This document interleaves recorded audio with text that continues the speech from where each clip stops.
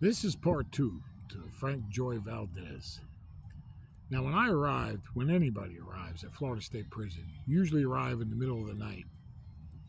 And you come up that back ramp. There's a ramp that goes up from the ground up to the second story because that's where the main corridor is. It's on the second floor. So when you step on a wing, there's a quarterdeck. The officer station there, it's the deck. And then you hit the stairwells, you go down to the first tier or up to the third tier. But there's a quarterdeck right there. And there's a tunnel that runs underneath the main corridor of that whole building. And it's called the tunnel.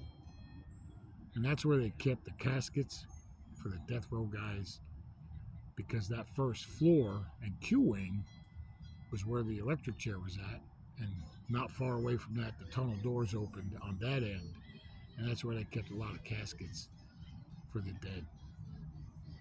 They kept a lot of other things down there, and I'll get to them stories later, the bones that were later found down there. But in any case, Frank Valdez. So when I came down that corridor at midnight, the night I arrived and got put in that cell, Frank spoke to me.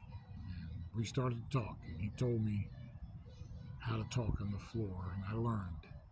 Because them cops would come in there and beat you to death, man. They'd beat you silly if they heard any noise back there. So you had to be careful. And I was in that first cell, so it was difficult. And you can hear my voice. I don't have a high voice. I got a deep voice. So it was difficult sometimes for him to understand what I was saying, trying to get that language to travel across the floor. But we managed, and we picked the time of days and certain shifts where we could talk and not have to really worry about getting beat to death. There was a few beatings while I was back there, bad ones. Frank ultimately was the last one, but we'll get to that. So I get the story from Frank. And when he tells me the story, how he got to death row, I said, I remember watching that on TV. I remember seeing that. And that story with Frank Valdez, Billy Van Poyck, who were in the free world, they were trying to break a guy out of prison. And that guy's name was Jimmy O'Brien, O.B. They called him O.B.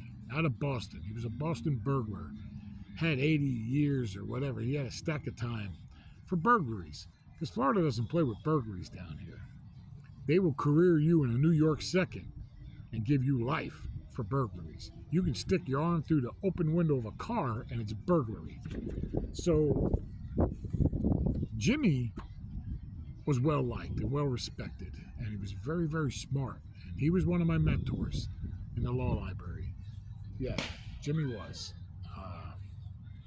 And I liked him too, because he was at Florida State Prison as well. And this is why. Because Frank and Billy, they attempted to break him out while he was out on a medical transport. So he was in Belle Glade Institution, and he went out on a medical transport to the dentist, because apparently they ain't got no dentists in Belle Glade. Belle Glade at one time was, home of the AIDS capital of the United States back in the 80s. But while he was out on that med trip, Frank and Billy decided to break him out and abduct him from these two correctional officers that were transporting him to this outside dentist, this outsourced dentist. And that's where things went wrong. That's where things went wrong. For Sergeant Griffiths, who I'm sorry to say was murdered in the course of this escape attempt. And we're going to get to that right now in the next segment of Frank Joy Valdez.